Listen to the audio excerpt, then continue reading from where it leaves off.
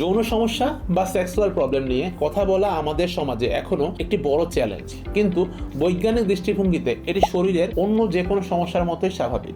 আমি এই আলোচনার মাধ্যমে আপনাকে বিষয়টির গভীরতা বোঝাতে সাহায্য করব। Is sexual problem normal? মাথা ব্যথা বা জ্বর হলে আমরা যেমন ডাক্তারের কাছে যাই, যৌন সমস্যা হলে কেন আমরা কুঁকড়ে যাই?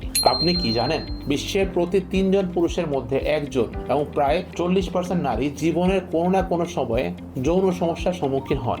হ্যাঁ, এটি আপনার ভাবনার চেয়েও অনেক বেশি স্বাভাবিক। Breaking the silence. যৌন সমস্যা মানেই কি অক্ষমতা? একদমই না। এটি হতে পারে মানসিক চাপের কারণে, হরমোনের ভারসাম্যহীনতায় কিংবা লাইফস্টাইলের কোনো পরিবর্তনের ফলে। ইরেকটাইল ডিসফাংশন বা লো লিবিডোর মতো সমস্যাগুলো কোনো চারিত্রিক ত্রুটি নয়, বরং এগুলো আপনার শরীরের দেয়া একটি সিগন্যাল মাত্র। The causes. আমাদের ব্রেন হলো শরীরের সবচেয়ে বড় সেক্স অর্গান। অতিরিক্ত দুশ্চিন্তা, কাজের চাপ বা সম্পর্কের টানাপোড়েন সরাসরি আমাদের শরীরকে প্রভাবিত করে। এছাড়া ডায়াবেটিস বা উচ্চ রক্তচাপের মতো শারীরিক অসুস্থতা এর পিছনে দায়ী হতে পারে। এটি লুকানোর কিছু নয়, বরং বোঝার বিষয়। The solution. সমাধান কোথায়?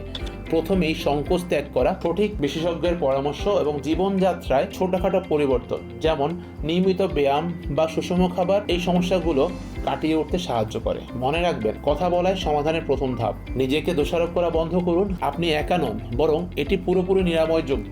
শরীরকে জানুন, সুস্থ থাকুন। Stay bold, stay healthy.